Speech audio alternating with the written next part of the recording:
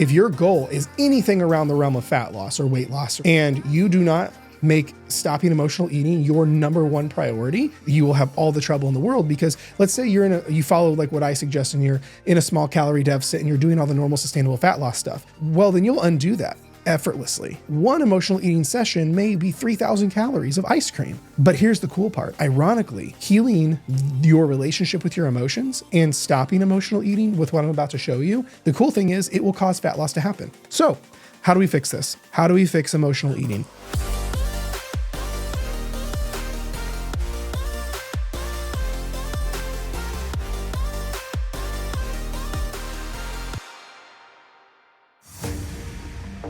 What's going on, guys? Welcome back to a brand new episode of Dieting from the Inside Out. If you're new around here, my name is Jared Hamilton and I'm your host.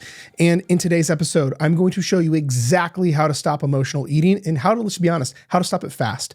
So I'm going to show you the one thing you have to do to stop emotional eating. And I'm not talking about like the bullshit advice of like, well, just be more mindful or just like have an apple instead or just like willpower through it. No, I'm actually going to show you the only thing that actually heals through emotional eating where it stops forever. Okay. So I'm going to really get into it. This is one of the biggest things that I teach my clients and my collective members when it comes to this category and subject of struggle of emotional eating. So that's what we're going to get into. But before we get into all of it, be sure to subscribe to the show if you haven't already. I'm telling you, I bring you some of the greatest content that you will find on the internet that is more strategic and more practical than most people's coaching programs, just being totally honest. And if you are not subscribed to the show, one, it would mean a lot to me to have you subscribe, but also you'll be notified whenever a new show comes out. So whether you are watching on Apple, Spotify, YouTube, it doesn't matter. You should be subscribed. And that way you know whenever a show goes live. So let's not waste any time today. Let's dive right in. So because we're talking about emotional eating. Now for context, if it helps at all, emotional eating is one of the biggest problems that people come to me to solve. Like if I zoom out and look at all the people I've worked with, whether it be one-on-one with me personally, one-on-one with my team, in our collective, my courses, even like when I get brought on podcasts or stages to speak, one of the greatest things that I teach, or one of the biggest reasons I get brought in, is for emotional eating. Because here's the thing, let's get really brutally honest and everything to the surface. What is emotional eating? Emotional eating, the way that I define it, is using food to distract, suppress, or escape certain emotions with food. Because here's the reality, not all emotional eating is bad, right? For example, when you go have a celebratory dinner because you got a raise at work, or it's another year around the sun and you go have a birthday party for your kid, that is technically a form of emotional eating, but I don't have a problem with that.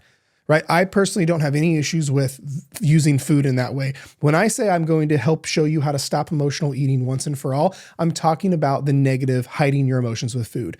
Now at the end of the day, this can present itself in a lot of different ways depending on your situation. It may be one of those things where you have a bad day at work and you come home and go to the pantry. Or if you and your partner, husband, wife, whatever, are fighting, you may find ice cream. Or you may be feeling just stress and anxiety and you don't know what else to do. And so you run to food to feel better or to have some semblance of an escape. Because a lot of times I've seen people end up emotional eating, but they don't really know it because it kind of egoically hides some other things. Like when someone says, oh, I don't emotionally eat, but it's a comfort food.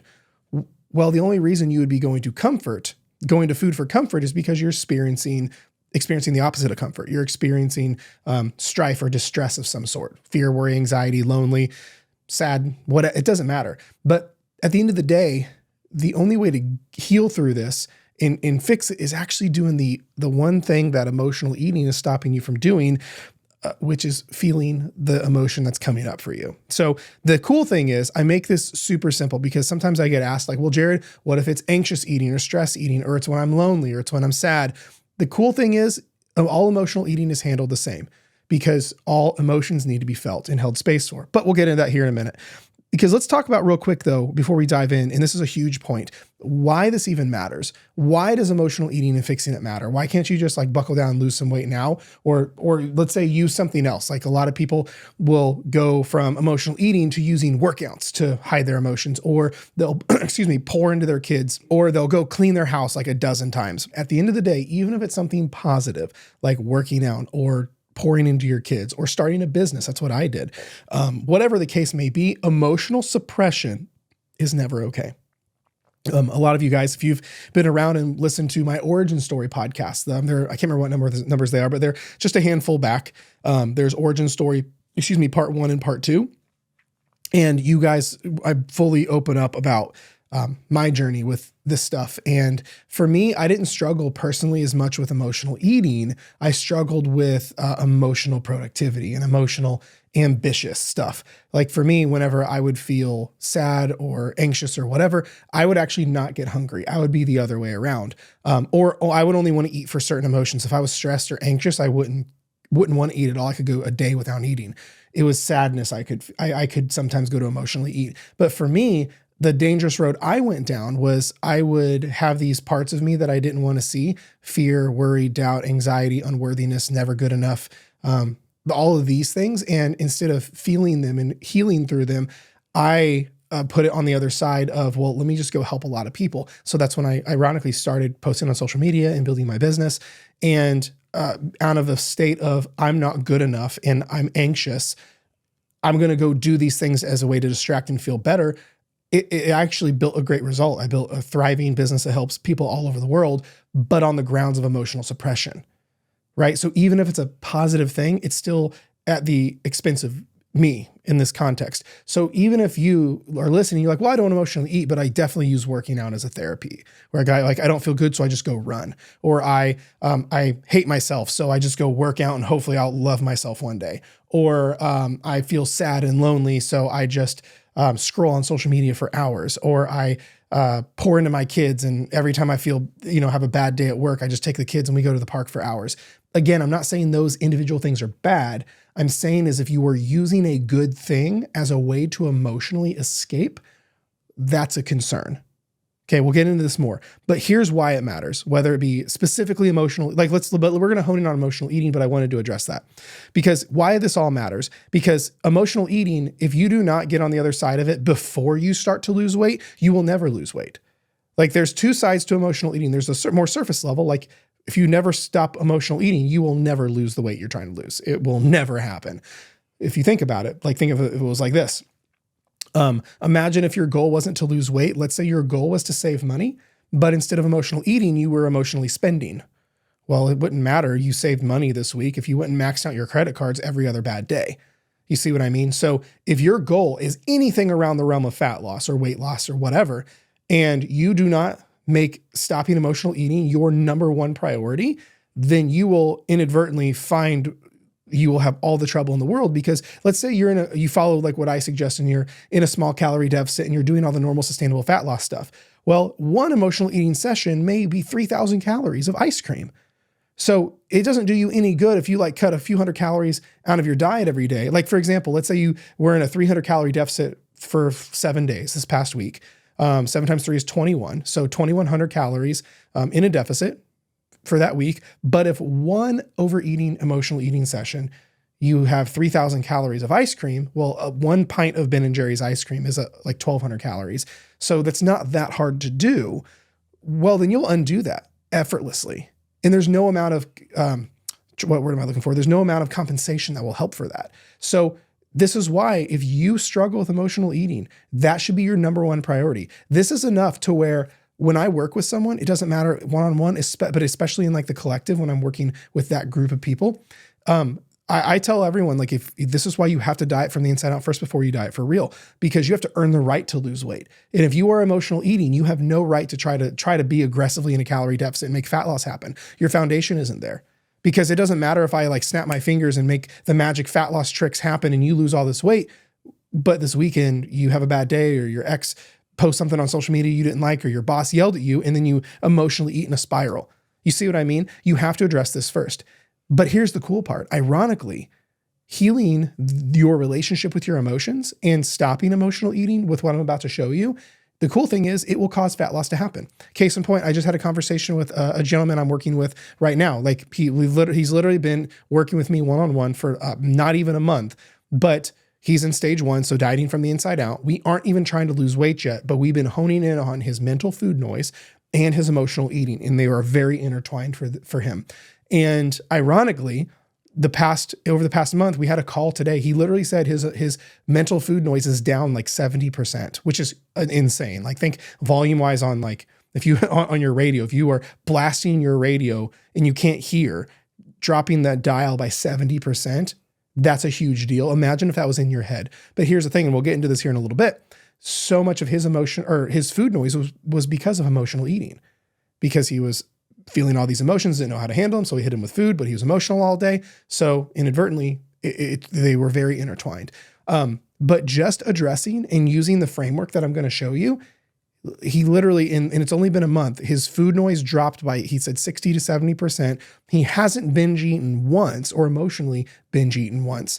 And then ironically, his progress pictures are already showing signs of progress. He already lost his love handles, for example. He's already getting leaner. And it's because we've said we're not going to work on weight loss just yet. We haven't earned that right. We're going to just dive right in and diet from the inside out first and implement these strategies I'm going to show you on how to stop emotional eating. Then ironically, his emotional eating stopped. He's more present with his kids on Christmas. His food noise dropped and he's losing body fat. And I say that not to impress you, but I say that to impress upon you, you can do the exact same thing. So why this matters on the surface, if you do not address your emotional eating, you will never get there. You will never reach your fitness goals or fat loss goals. And number two is the deepest one. You will eventually become emotionally numb. Here's the reality. You cannot pick and choose or cherry pick what you are numb to. You cannot pick and choose, oh, I'm going to be numb to fear, worry, anxiety, and lonely, but I'm still going to feel happy, gratitude, and being present with my kids. It doesn't work like that. Numb is numb. So over time, if you emotionally numb yourself with food to fear, sadness, worry, doubt, whatever, you're automatically numbing the other side of emotions, happiness, joy, being present, these gratitude, thankfulness, these kind of things. You're numbing all of the happy emotions. Because numb is numb. The example I always put it is it's like when I had surgery on my knee a few years ago when I tore it, they gave me a numbing agent, right? They gave me anesthesia. So I did not feel the doctor cut me open, but I would not have felt my wife's hand on my knee or a massage either because my knee was numb. And this is when a lot of people accidentally slowly become emotionally numb. It's like death by 1,000 cuts, is because we're one session at a time of emotionally eat, hide my emotions with food, comfort foods, escape my emotions with food, escape these darker parts of me with food, all these different things. And then before they know it, they're like, I don't feel anything. And then people do crazy things just to feel. This is why another thing, I was just chatting with a collective member of ours where she mentioned, she's like, Jared, I'm so happy. Like, because we've been doing this work and she's been implementing what I'm about to show you. And she said, Jared, I'm just blown away at how much happier I am all the time. I go, it's because we quit numbing the negative. We haven't done anything to her happy emotions. But like I said, if you numb the negative, you also numb the positive. And we just now started becoming a loving space and holding space, what I'm about to show you, for the negative parts of her in the negative emotions. And she quit running from them. And so all of a sudden those got healed. And then the happy emotions started rising back again. So this hits all sides of these things. So that's why it even matters. So how do we fix this? How do we fix emotional eating? This is the hard part. You do the one thing that emotional eating is stopping you from doing, and that is holding space and feeling what the feeling is that's coming up for you. So there are a lot of ways we can do this, because at the end of the day, and I don't want to sound airy-fairy, I want to get really tactical, so that's what we're going to get into. But at the end of the day, when it comes to emotional eating, the fix is to hold space for what you feel. My clients and collective members probably get tired of hearing me say, I go, cool, hold space for that. Cool, sit with that. Cool, journal about that. Awesome, I want you to be with that. Cool, I want you to cry that out. Cool, I want you to hold space for that. Cool, I want you to be a space of love for that part of you or that pattern that's coming up. You have to hold space. Here's my greatest analogy with this, and this is the one that always strikes a chord. Most people are fantastic. You listening, you are probably fantastic at holding space for anyone but yourself. What happens when your kid is hurt? Mama takes over and you lean in and hold space for your kid. What happens if your best friend, her boyfriend cheated on her or broke up with her and she's a crying mess? You become a space of love for her and you hold space like no one else. This is what we have to do here internally for yourself. What I mean by that, think of it this way. This is the analogy that I always go to. I want you to vividly picture this. So unless you're like driving, close your eyes and picture this.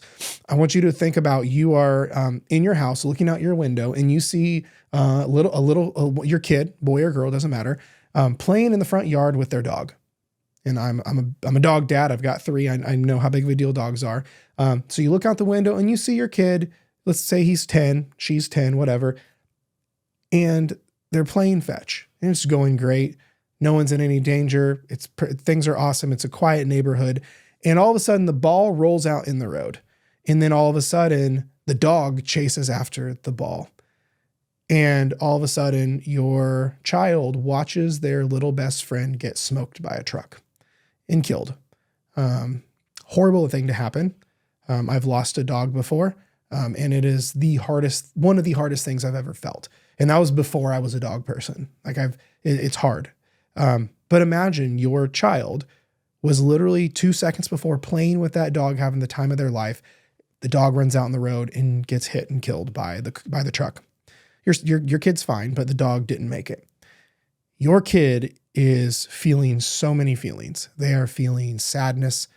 They're feeling numb to an extent. They're maybe in shock. They might be angry at the truck driver. They're feeling overwhelmed. Grief is setting in. They're feeling anxiety and stress, all sorts of things. So my question is, you listening, what do you do?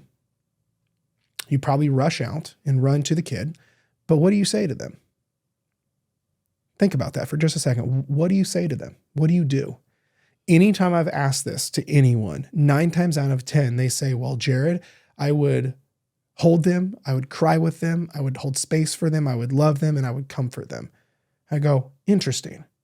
Love that. That is fantastic. But then my follow-up question is, why would you not just tell them to go find food? Why would you not say, mommy's only here for happy emotions. Like, I don't do this whole upset because my dog died thing. Here's cereal. Get out of my face. I'll just go get you a new dog. It's fine. The pound is full of them. Would you do that to your child ever? I bet you wouldn't do that to your worst enemy. Because here's the reality. I know that sounds pretty intense, and it is. And I know you don't, I'm going to say a statement, and I know you don't mean to do this, but that is exactly what you are doing to your inner child when you emotionally eat. When you engage in emotional eating, you are telling this part of you that's sad, that's worried, that has anxiety, that feels not good enough, that whatever the thing is that's coming up for you, you are telling him or her, you are not allowed to feel these things in my body. I am only here for happy. Mommy's only here for like feeling good and having a good time. We don't do this sad shit. Shut that down. Here's some food. Get out of my face. That is what you are doing to these parts of you. This is one of my favorite things about of inner family systems. Like they talk about a lot in psychology and in therapy, but you have this like little inner family inside of you. Now, let me just say, I'm not a therapist. I'm not a psychologist. I do work with a lot of them. Like a lot of them hire me to help them with stuff like this. And I'm in therapy myself. But again, I'm not a therapist or a psychologist or anything like that. But I'm telling you, think of it like you have this family in your body. This is why you, like that inner 8-year-old that never got taught how to handle her emotions, that inner 10-year-old that had to learn binge eating because they couldn't handle mom and dad's divorce, that part of you that felt helpless. So going to food is some semblance of grounding that you got, but you're still walking around with the same pattern from when you were 8 or 10, right? I mean, think about it. Like, this would be similar to having a pair of shoes and them completely wearing out, but then refusing to throw them away because you think they are part of you.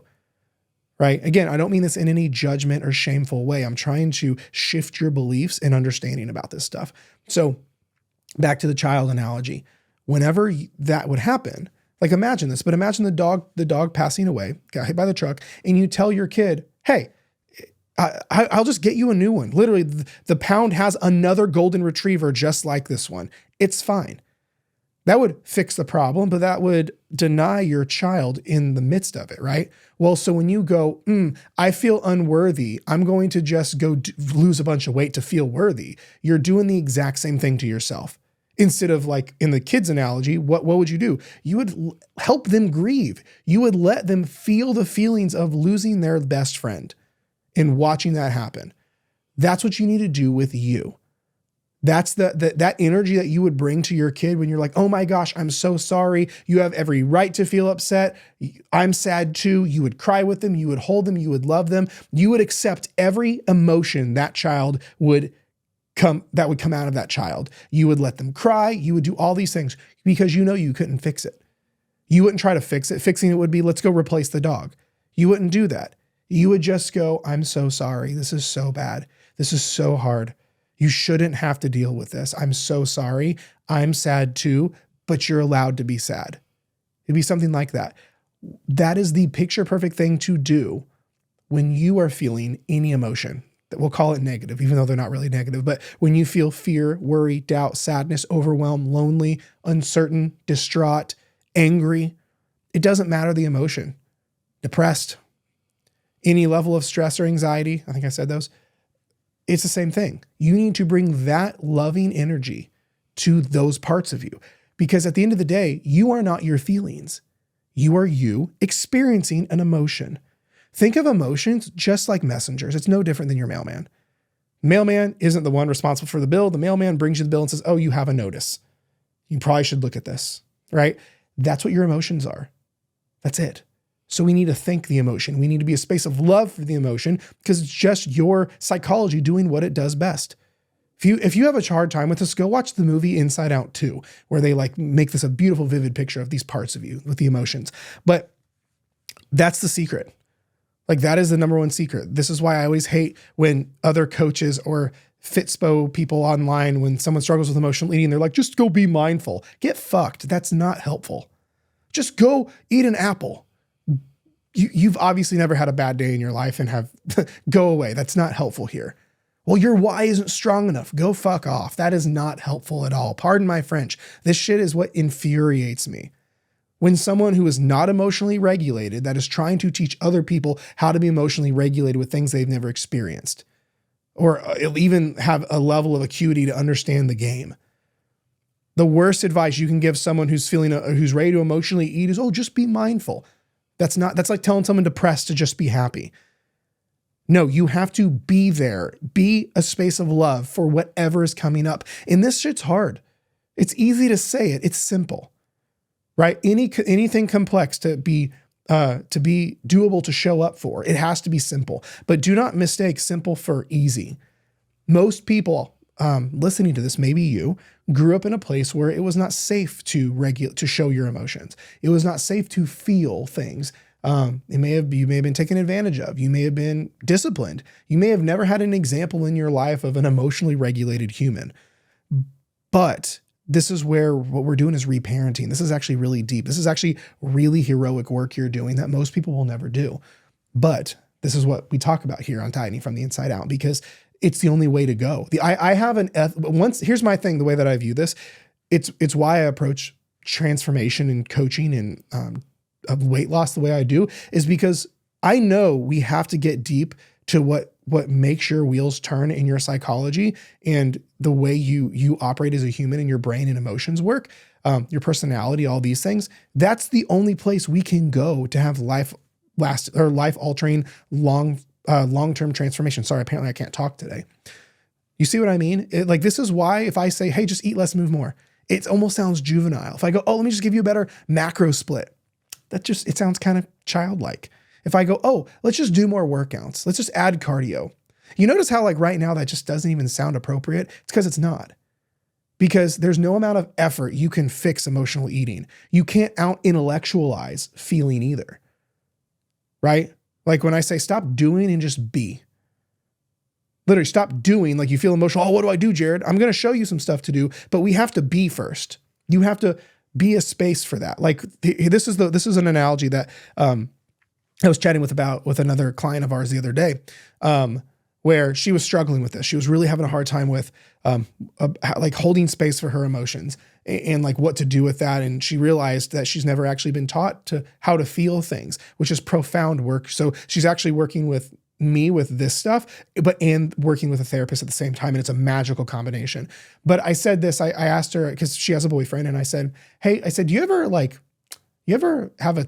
are struggling with something and you're telling your boyfriend about it and he just tries to fix it and fix it and fix it. And you're just like, I just want you to listen to me.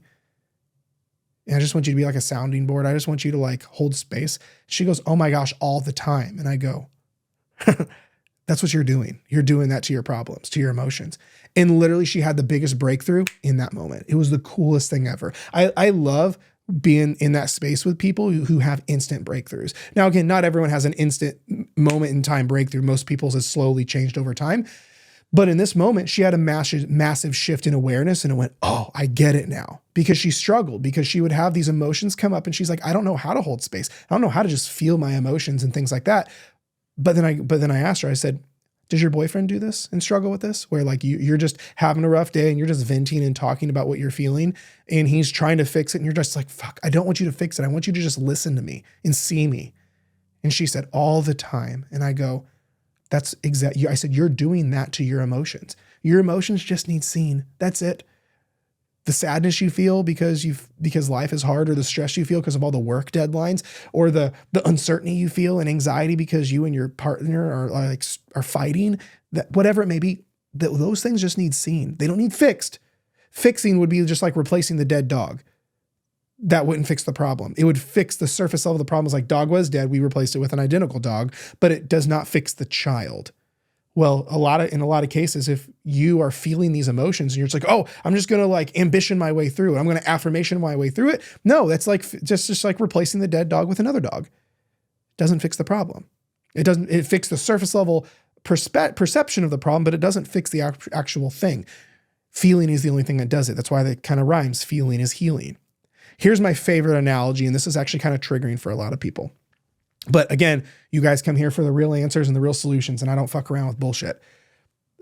Imagine you had a child. I say this one to our collective members all the time on our trainings that we do. And usually this one gets some tears rolling or gets some like people really thinking. I want you to picture let's say you have an 8-year-old daughter, 10-year-old daughter. And let's say like a lot of 8 and 10-year-olds, let's just say she's a little chunky. Let's say she has a little belly on her because she's a growing young woman. And she comes home from school and she goes, Mommy, the girls at school made fun of me because of my belly. What do you do as mom? What do you say to her? How do you fix it? Would you go, well, let's go lose some weight, kiddo. Let's go do some crunches. Let's go get shredded. Let's go lose that belly and prove those girls wrong and show them. Would you do that? I sure as hell hope not. Because that would do the same thing as like just replacing the dead dog. Because that would technically fix the problem, right? If your daughter came home and she's like, oh, my belly's big, the girls at school make fun of me, and you said, well, let's just get you to lose the weight. Let's just get the belly gone.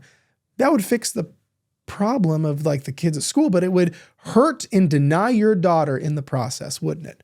It would do a lot of mental anguish to her. So what would you do? You would probably say something to her like, well, honey, those girls at school have their own stuff they're dealing with, and that was rude of them. But you're beautiful the way you are, even if you had a belly, or even your belly's beautiful the way it is. I love you the way you are. You are perfect the way you are right now. You would probably say some semblance of that, I'm guessing. Well, whenever you feel sadness and you run to anything to like, oh, I want the sadness to go away, or I'm anxious, I want the anxiety to go away, or stress, whatever it is, you're doing the same thing. You're doing the equivalent of just swapping out the dead dog for an alive one, or telling your daughter, well, let's just go lift some weights, to lose some weight and get that belly to go away. You need to accept and hold space first, fix second, even if it needs fixed.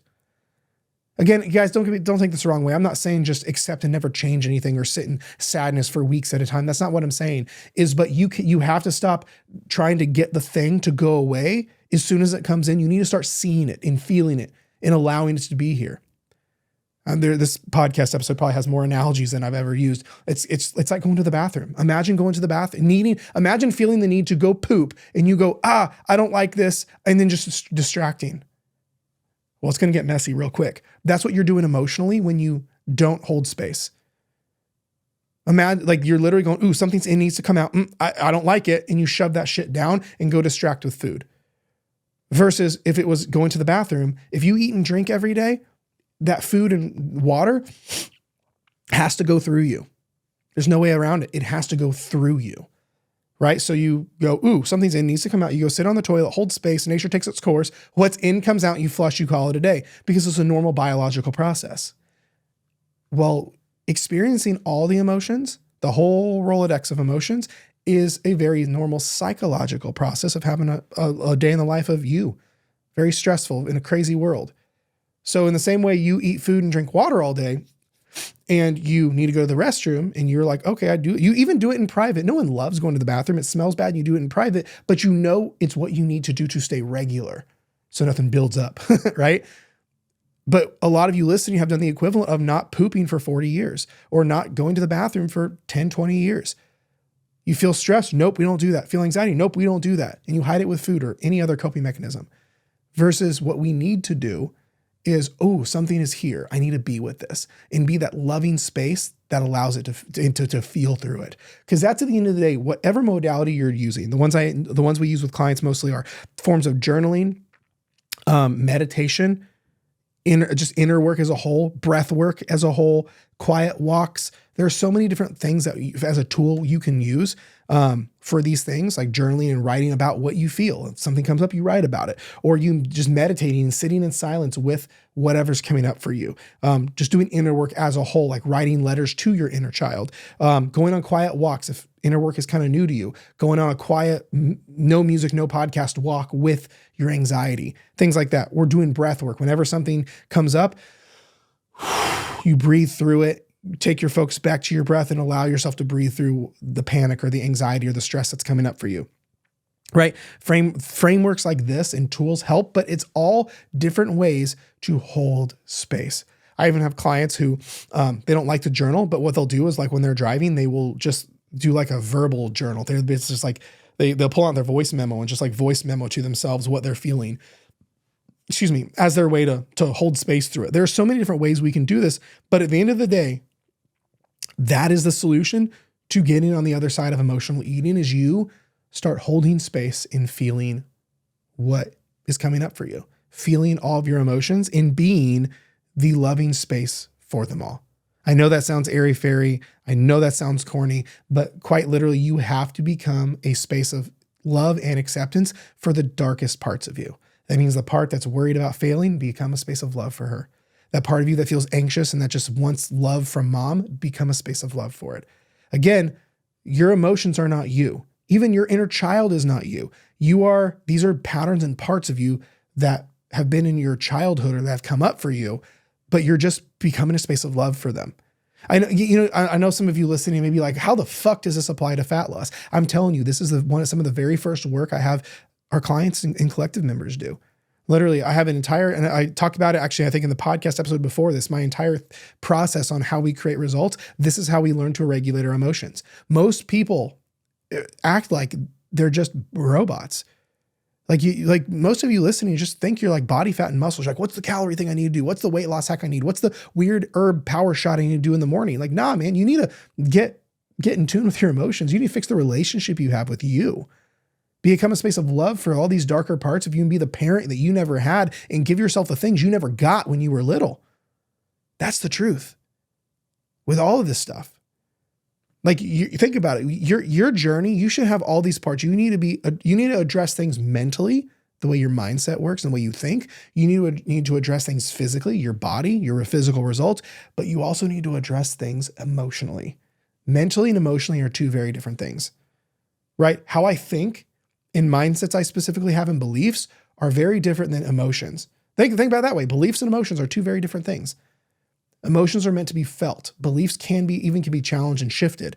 They are intertwined, but at the end of the day, if you're programmed, right? I have a lot of coaches that listen to this. I got a lot of people that are kind of leading themselves through a transformation. I got a lot of people who use this and come to coaching or even my collective. But whatever your journey is, if you don't have an emotional component, if you don't have a mental, emotional, and physical component to your approach, you are not going to make it. That's why if any of our clients or collective members listening, you should have just taken a big, deep breath, because most of the stuff that I do with people are mental and emotional. Yeah, we do physical stuff too, but most people's blockages around getting to where they want to be is all mental and emotional. Because I hear it every day. I know what to do. You're right. Intellectually, you know what to do. You know you should eat less. You know you should move more. You know you shouldn't binge. You know all the things you should do. I get told that every single day. I know what to do, Jared. I just can't bring myself to do it. Exactly. Because you're trying to intellectualize subconscious programming and emotional stuff that your actions are tied to subconsciously. Of course it doesn't happen. If you struggle with things like food noise, if you struggle with things like subconscious self-sabotage, if you struggle with knowing what to do but not doing it, if you struggle with binge eating or emotional eating, if you struggle with like getting in your own way, your issues are deeper. We have to diet from the inside out to fix all of these. And that's the solution. So literally that is your solution to get on the other side of emotional eating. I know this may have been a kind of a roundabout way of saying it. I know we're like 35 minutes into this episode, but that is it. That is how you get on the other side of emotional eating, is you do the one thing emotional eating is stopping you from doing, which is holding space and feeling these things that come up for you. Because at the end of the day, you're going to get triggered. If you lose weight the right way, you are going to have all sorts of triggers come up. And this is how we get through it is something comes up, breathe through it. I need to hold space for that. And again, whether that be through journaling, meditating, peaceful walks, whatever it may be, like just voice memoing to yourself, meditating, doesn't matter. There are so many different things. And if you need help with like which one to do, that's more of a one-on-one conversation. So feel free to message me or email me or DM me or whatever. And then lastly, I will say this because I have it in my notes and I think I mentioned it earlier. This is also, if you struggle with food noise, this plays a role in here too. Because if you have a hard time with what you feel and you always turn to food, but you're emotional all day, this is going to lead to a lot of mental food noise.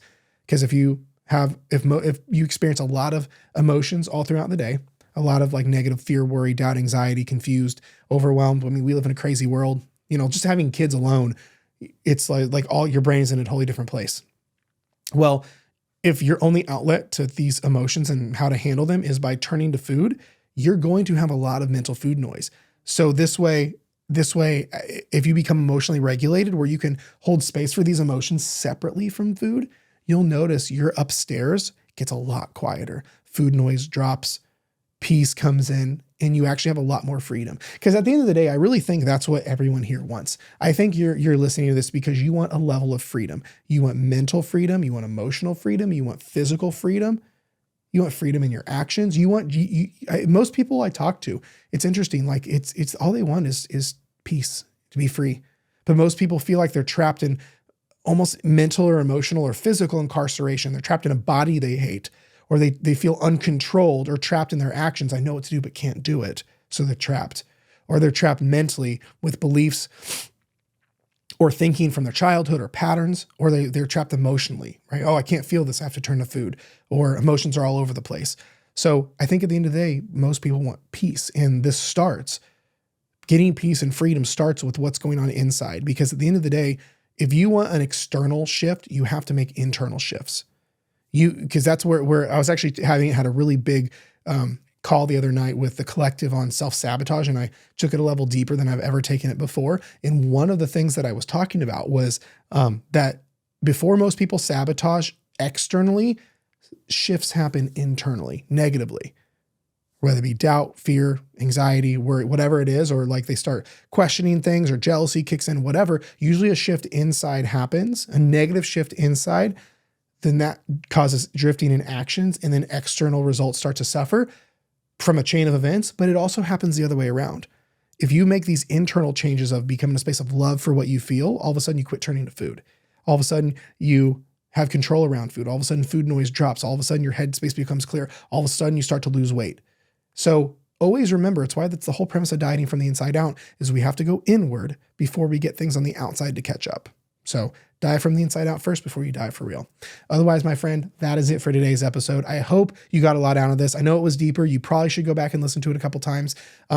But before you go, I do have some stuff for you. Number one is, if this is the kind of stuff where you're like, oh my gosh, this is what I've been looking for. This is the stuff that I know is going to help me. If you think this is helpful, you should really consider joining my collective, because it is the one spot, like outside of my higher level one-on-one coaching, where I have everything like this that you can need from a coaching standpoint, from an accountability standpoint, from a framework and what do I do and support standpoint. I have the greatest infrastructure ever in a group dynamic in the collective. So this way it's more affordable than one-on-one coaching. It's more accessible. But then it's also teaching you to be very self-sufficient as well with the support in the process. And I'm telling you, it is a game changer for so many people. So if this is the kind of stuff that you're really feeling, I would consider looking into the collective. I'll leave a link below to where you can learn more about it, and feel free to message me if you have questions. But also, if let's say you're not ready for that, if you're like, well, I just want to get started on like kind of this stuff on my own, I would definitely go join my free Facebook group, Fat Loss Simplified. It's down in the description as well. Definitely go through my fat loss checklist. It's a free course I offer. It's totally free, no strings attached. It'll be down there below. And then I recently just dropped what I call the 20-pound blueprint, which is I basically created a PDF version, a little bit more digestible, of how to lose strategically your next 20 pounds without giving up your favorite foods or feeling like a dieter. And I got a lot of feedback on that. It's going over really well. And then even let's say as a whole, if you're like, you know what, Jared, I think I would like some one-on-one attention. Like I don't want to do a group dynamic. I don't want to have to figure this out on my own. I'm the kind of person who wants it all laid out for me and I don't want to have to think about it. Well, then that's when I would apply for one-on-one coaching below. Depending on when you're watching this, there's maybe slots open or maybe wait list right now, depending on the situation, but I'll leave all the information below on that. Otherwise, that is it. So let me know if you need anything. I appreciate you. Thank you so much for tuning into the episode. Be sure to subscribe if you haven't already. Also, if you have not left a review on the show, please do that. For real, it would mean the world to me. Especially if you're one of the diehard listeners where you come back every week and you listen to this and it's really made a difference in your life. It would mean the world to me if you went and wrote me a review. A lot of podcasts have a hard time getting reviews, and to be honest, it is kind of a hard thing to do. But if even just like a handful of you guys wrote me a review and gave me a good 5-star rating, it would help the show out so much and get this podcast to new ears so more people can have this work and we can overall shift the consciousness of diet culture, which would be amazing. But otherwise, my friends, that is it for today's episode. Thank you so much for being here. I love you. I'll talk to you next week.